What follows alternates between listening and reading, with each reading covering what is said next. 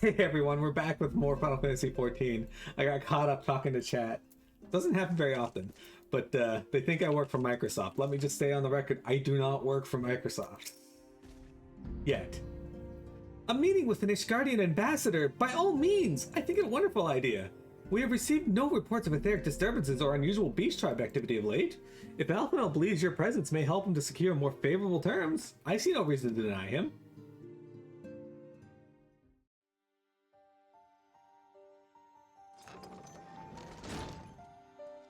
Antecedent, I take it Miro has explained the situation.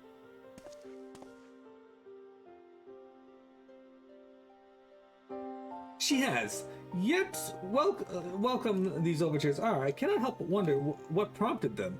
The Ishgardians have spurned all contact with other city-states for decades. Why reach out now?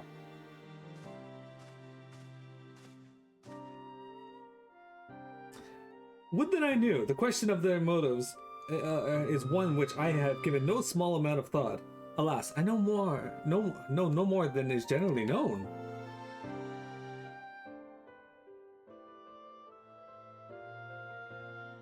The notoriously reclusive nation of Ishgard, situated in the center of Abalathia's spine, ruled by the Ishgardian Orthodox Church, is the head of which presides the Archbishop. Wait, let me take a moment here, guys. What we're discussing and why we're discussing Ishgard now is because the game is now, we're on patch 2.4, which there was only one patch after this, before the release of Heaven's Ward. So we're starting the build up to Ishgard now. Ruled by the Ishgardian Orthodox Church, at the head of which presides the Archbishop.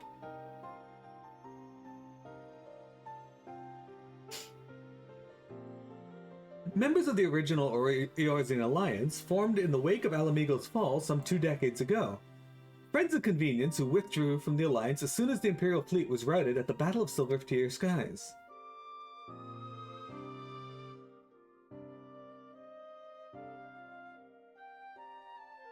You gotta give it a sec, Rio. You, Nightbot beat you to it. That quote, though. Since which time, their borders have remained closed to all outsiders.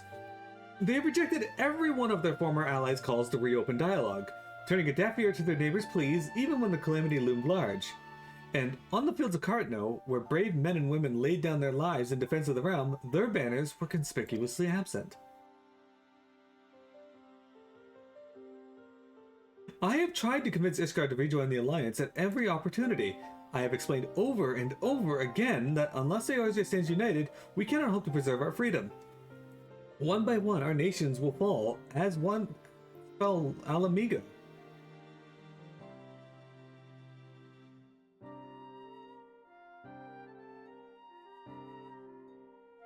And what have mine efforts yielded? Why not?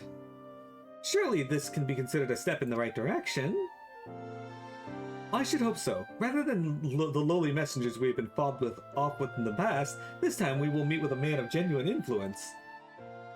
Of course, I'm not so naive to think that they come to us out of the goodness of their hearts. We have something they desire, though I have yet to find out what. Hey! You get banned. But such is the nature of diplomacy. They will bring their agendas to the negotiating table, and so will I, along with a handful of incontrovertible truths. The Empire will soon be at our doorstep once more. Indeed, you may be assured that I will expound upon this point and others. Let us depart for Camp Dragonhead, Miro. Our old friend Lord Horschiffant is expecting us. Since our quest to recover the Enterprise, I understand you have further ingratiated yourself with the man. Excellent work. His fondness may prove useful to our cause.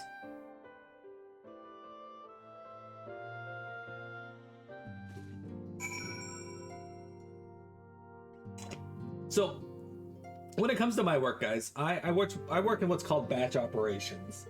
Basically, I oversee jobs running in the background, and if said job fails, I can either fix it, if I know how, and or can trace back the job to its root cause, sift through files, get them in the right spot. For example, last night, a job ran at 8 p.m. because there were files in the folder that it looks for. Now, those files were from yesterday. They weren't removed like they were supposed to be. Because of that, the job still ran, but since I know how to trace it back to where these things are supposed to happen, I was able to remove those files, make sure the new ones get put in there, and then rerun it so that it completed successfully with the proper stuff that's supposed to be there. I don't do anything super in-depth IT-wise. Like, I can't program, I don't know C++, I don't know Java, I don't know Python, any of that crap.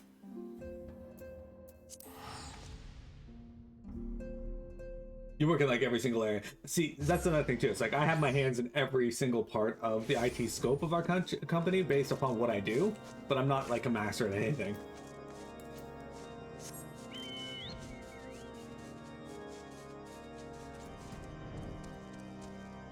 Yeah, so Arena, what you're saying there is a bit different than what I do. I don't install the infrastructure, but I do keep it alive.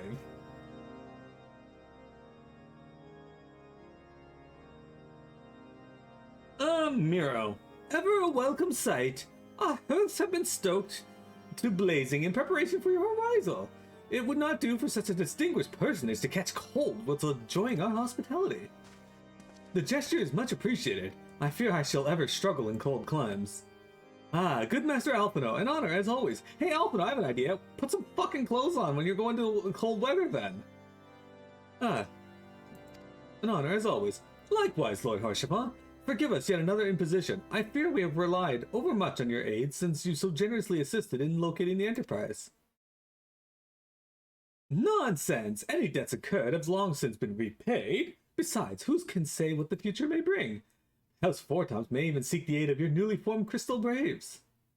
In any case, I am simply delighted that the Holy See is at last willing to grant you an audience. No doubt your discoveries at Snowcloak helped to justify the decision. This recent resurgence in heretical activity is grave concern to us all. But then the matter at hand. Sir Emmerich arrived in Camp Dragonhead earlier, and I am told he is eager to meet with you at your first convenience. You are doubtless weary from your journey and desirous to rest a while in the warmth of our hearth. But if you're willing to forego such comfort, pray inform the knight stationed outside the intercessory. He will grant you the entrance and send you word to the other attendees. As inviting as your hearth sounds, I think it best we proceed to the intercessory forthwith. You manage installing, upgrading, lifetime cycles, patching, the entire client platform, and lots of shit that you somehow got your responsibility of. I remember you telling me about the crap you had to deal with one of your, with one of the people who was working with you. We have been expecting you, madame. Pray, take your ease inside, and I shall summon the others. You go in after Sass is done and murder the infrastructure. Well, hey, that's the day cruise stuff they gotta deal with at that point.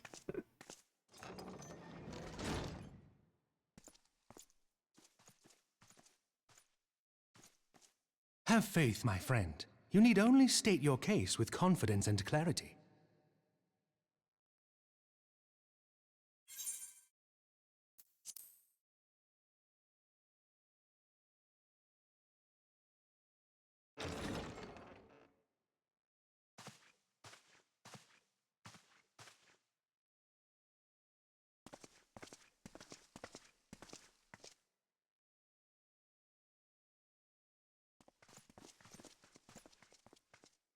Commander Leveilleur, it is both an honor and a pleasure to meet you.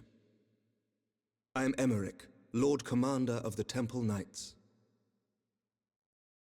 Alphinaud Leveilleur, at your service. Your reputation precedes you, Sir Emmerich. I think we will find that we have much in common.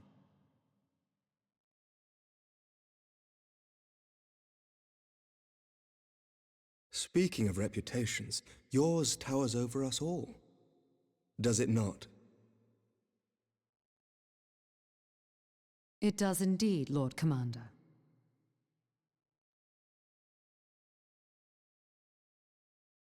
I am not too proud to admit that I have followed your activities with an interest bordering on fascination. Full glad was I to learn that you would be joining us. Now then, shall we begin?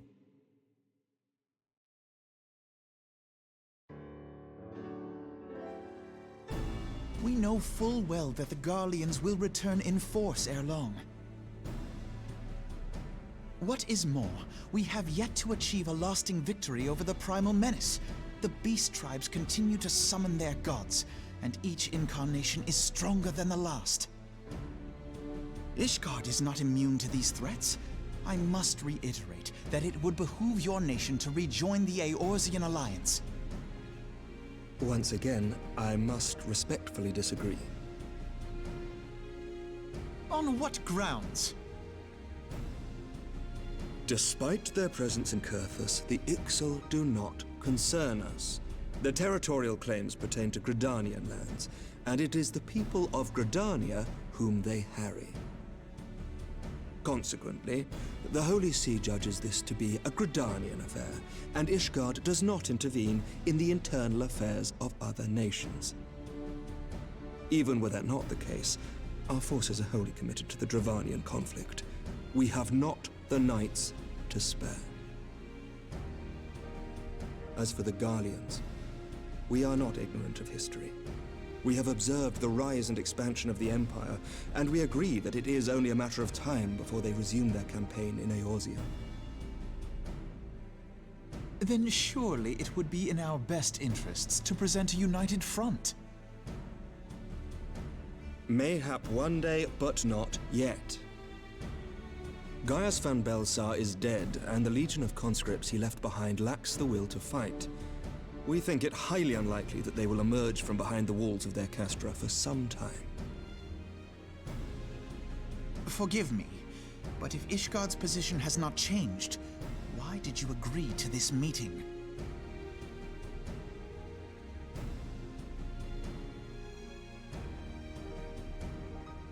It was not only as a representative of Ishgard that I came here. Pardon? It is not within my power to change Ishgardian policy, regardless of my personal feelings. There is, however, one area in which I may exert a measure of influence. Concerns have been raised over the supplies House Fortin has offered to Revenant's Toll. These have led to calls for restrictions on the provision of aid to foreign powers. I can ensure that the shipments continue unabated. Sir Emmerich, we would be in your debt. No, you would not, for I require something in exchange.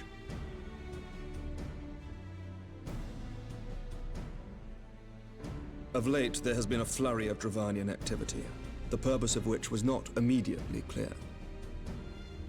However, our astrologians have since observed alarming changes in the heavens. The dragon star waxes unnaturally bright, and there are whispers that it portends the resurrection of Midgard-Sorma. The fallen guardian of Silvertear Falls? That's absurd. Full many times have I gazed upon the dragon's corpse still wound around the Agrius, and wondered how different our world might be if it yet lived to plague the skies. I do not know, and I do not wish to know, nor does any son of Ishgard. Yet the mere presence of Dravanian forces is not sufficient grounds to send knights to Mordona, whatever our astrologians say.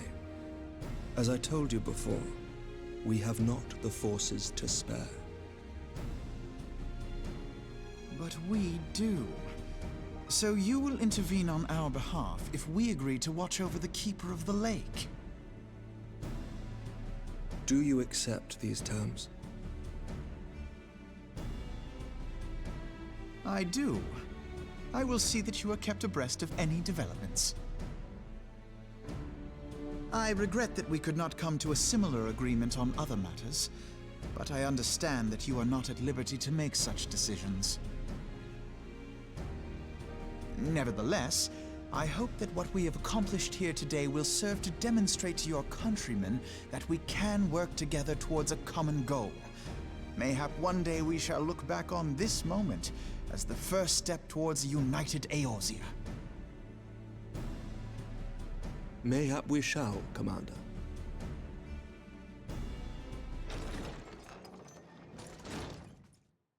What is the meaning of this? The caravan, my lord. It's been attacked. It was Iceheart, my lord. What? By the Fury! All our precautions were for naught?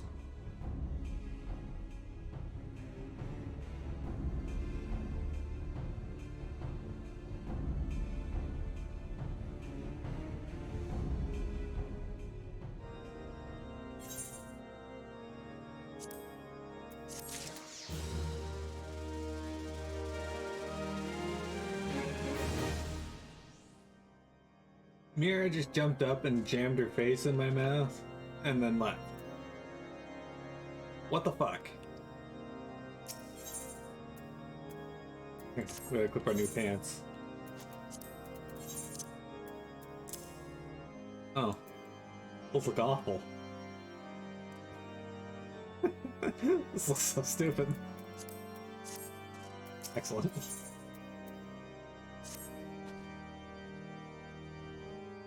Just when we were starting to make progress.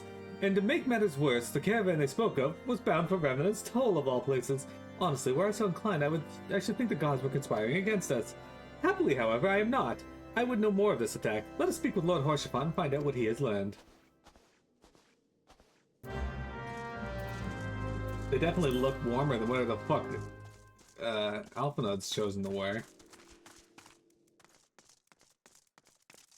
Do you think Horshaphon likes that I come in and just jump on his table? My sincerest apologies for the interruption, my friends, but the situation is such that we must act swiftly. If you would be so kind as to elaborate. Iceheart's heretics fell upon the caravan bound for Revenant's Toll as it was passing through Boulder Downs. 'Twas an ambush, swift and ruthless. In an instant, every knight was slain, every crate seized. Then, as quickly as they appeared, they were gone. 'Twould be an impossible feat without knowledge of the route, knowledge to which only a select few were privy, I presume. Quite. We can pursue that avenue of inquiry in due course. It seems to me that examining the scene of the ambush should be our first concern. The trail is yet warm. We must act swiftly, as Lord Horshaphon said, lest crucial evidence be lost. You have a knack for discerning hidden truths, Miro. Why don't you go and inspect the ambush site in person? An excellent idea. Inform my men of your intent upon arrival, and they will gladly share their findings. One of those people was Laurentius. Nah, the Ivy investigation's been put on hold for now.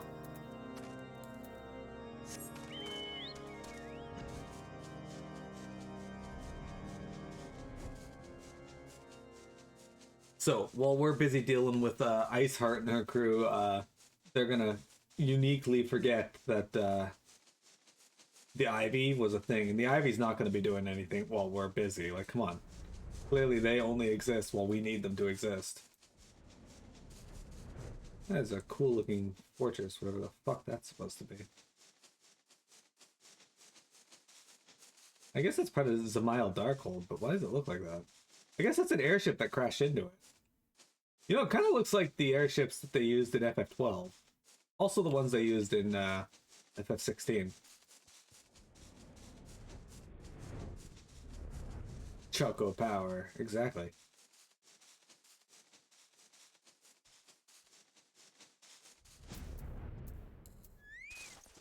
There's a lot less blood here than I would have thought there is. Move along, adventurer. There's nothing for... Eh? Lord Horshaphon bid you speak with us? Then you must be... Beg your pardon, Scion. As you can see, they left nary a crate behind. Tipped the wagon for good measure, even. Whole thing's a bit odd if you ask me. Would have been easier to just steal it, though a damn sight harder to conceal it, I'll allow. Reckon they came prepared, probably with wagons of their own, hidden a way off. But pay no heed to my rambling. Absent of proof, there's naught but speculation. Might be as the squire receiving care for the observatorium could tell you something more factual. That is, if he's awake. Unlike myself, he was there during the attack. Not that his presence amounted to much. But they killed everyone. Ishgardians have no blood. That's true. That's why some of them drink dragon's blood.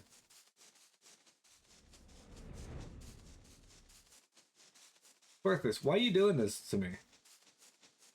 This lack of music. Why you do this?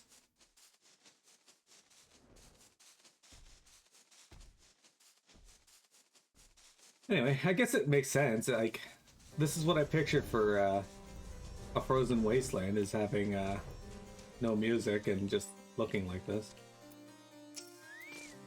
You've come to ask about the attack, haven't you? We came upon them before the entrance to the Hall of the Seven Echoes. Pilgrims we marked them as, lost and ill-equipped for a journey further north. Our leader called out to them, and one of them stepped forward to answer. Slowly she approached, her silver hair flowing in the wind like melting snow. Just a young girl, I thought. Some poor lost lamb in search of salvation. Our leader must have thought the same, else why would he let her draw so close? They exchanged some words I couldn't hear, and she leaned forward as if to kiss his cheek, and then he sighed and crumpled to the ground.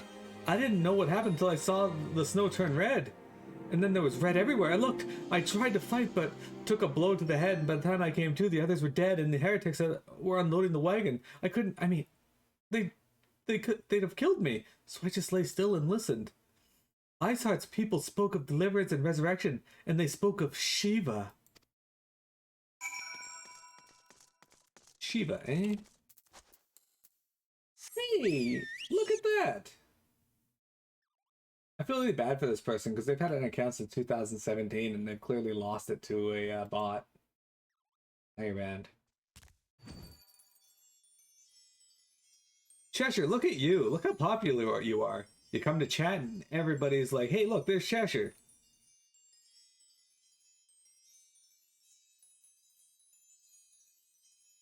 Well, glad I am of your presence, sir.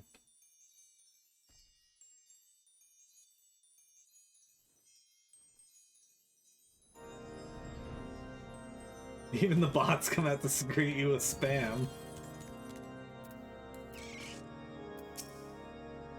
Cheshire's gonna go into the future 10 years where we have robots like iRobot, and the only robots he's gonna get are like ones that show up with actual cans of spam for him. Ah, you've returned. What news have you for us?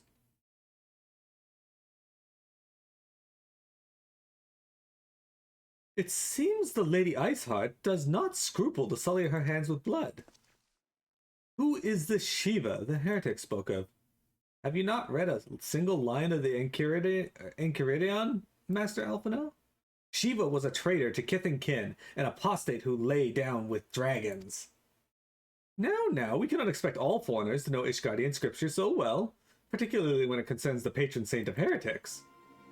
Wait, you say she's their patron saint? Oh no, it all makes sense now. Lord Harshavant, what was the caravan's cargo? If I recall correctly, the Diamond Forge had requested a rather large quantity of crystals. Do you not see? Iceheart and her followers intend to summon Shiva, as a beast tribe would summon Primal.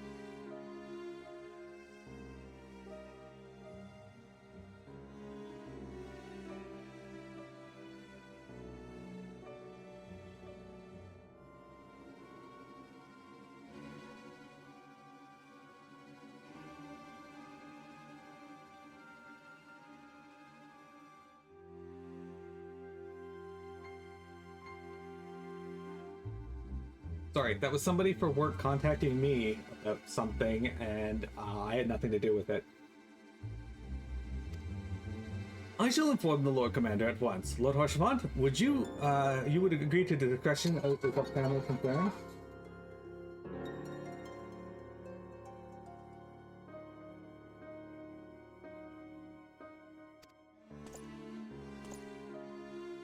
Of course. I trust we can count on your continued support, Master Alphinaud. The Scions of the Seventh Dawn are sworn to combat the primal threat. Our support is a given.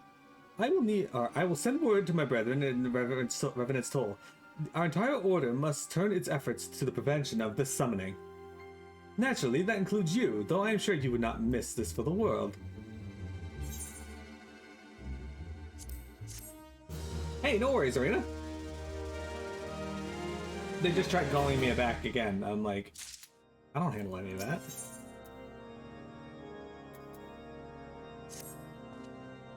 The persistent attacks on our caravan seemed a little more than a nuisance at first. The heretics were a problem, to be sure, but a relatively minor one. This was before I discerned the purpose behind their attacks, of course. Now they have my undivided attention. After apprising Minfilia of the situation, I shall summon a unit of Crystal Braves to assist us. As for you, Miro, pray, join me at Whitebrim Front. Since the incident at Snowcloak, the Knights of House Durandare have redoubled their reconnaissance efforts in the region. It is my hope that they have information which may help us determine precisely where the heretics are hiding. Given our mutual enemy, Lord Dremont should be eager to oblige us. I shall see you there then. Good. Alphinaud, you're a piece of shit. Also, guys, I gotta say, I appreciate and I'm amused by the fact that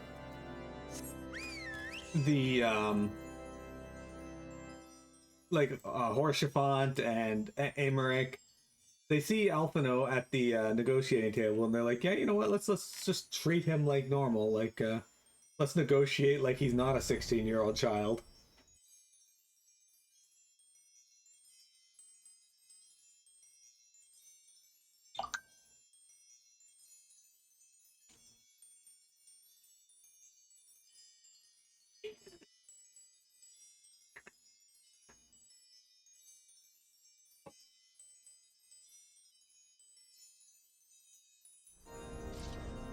Alright.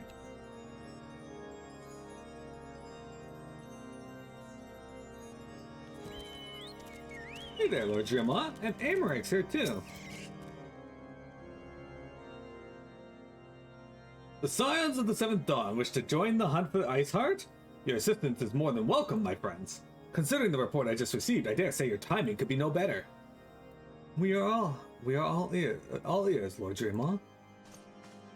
A band of pilgrims was seen transporting a large number of crates to the west. Their garb appears to match the description provided by the squire who survived the attack. Alas, our scouts lost track of them at Snowcloak, that self-same frozen wall which we speculated might conceal the heretics' hideaway. Suffice it to say, the disappearance of these pilgrims and their provisions all but confirms our suspicions. I have heard enough. My knights will join the hunt. I took the liberty of summoning a unit of Crystal Braves to Whitebrim Front. Given the gravity of the situation, I trust you will agree that we must use every resources available to us. These are extraordinary circumstances, Commander. 'Twould be in our best interest to coordinate our efforts. That was my intent from the start, there, Aymeric. And so it begins, my friend, although I dare say it will prove to be an all too brief collaboration. Iceheart will not elude the combined forces of the Crystal Braves and the Temple Knights for long. Nevertheless, a wise man does not wager all upon the success of a single solution. There may yet be subtler means by which we can locate the heretic's lair. Mayhap Lord Dremont has one in mind? Literally all ears. I'm actually a sentient pile of ears in a human suit. Oh no.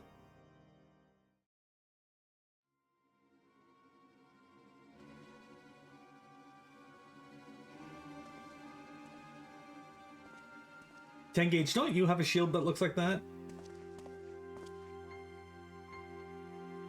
Yes. Yes, excellent.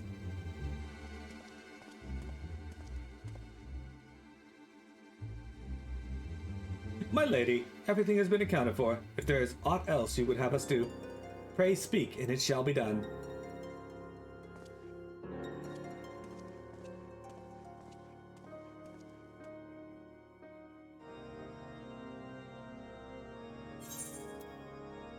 All right, we got some new boots, guys.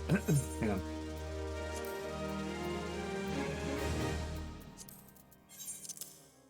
Okay, so hopefully these help my pants look not so terrible. All right, those aren't the worst thing. Okay, we got break time, guys, so we're gonna take a break. We'll come back and we will continue on in our quest to find Ishgard.